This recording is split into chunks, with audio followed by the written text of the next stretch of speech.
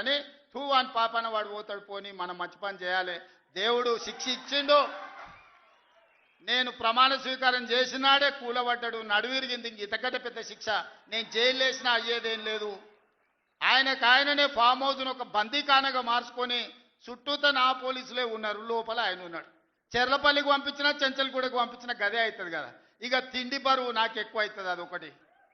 లోపల చెర్లపల్లి చెంచల్గూడ పెడితే ఆయన తిండే తినికి మళ్ళీ ఆయన ఏదైనా కావాలంటే అది అయితే సర్కార్కి ఎక్కువ ఖర్చు అవుతుంది.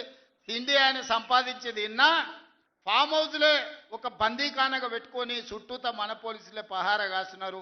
ఇక ఆయన చేసిన పాపాలకు ఆయననే పోతాడని ఊరుకున్నా.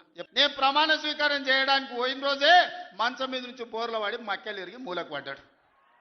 ఇక ఆయన నిన్నొచ్చి పెద్ద మనిషిలాగా మంచి చెప్తాడేమో అనుకున్నా. తోలు తీస్తా అని అన్నాడు.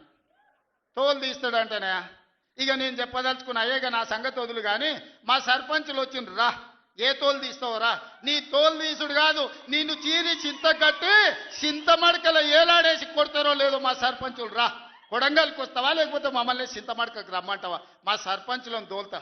సోయి లేని మాటలు, స్థాయి లేని విమర్శలు.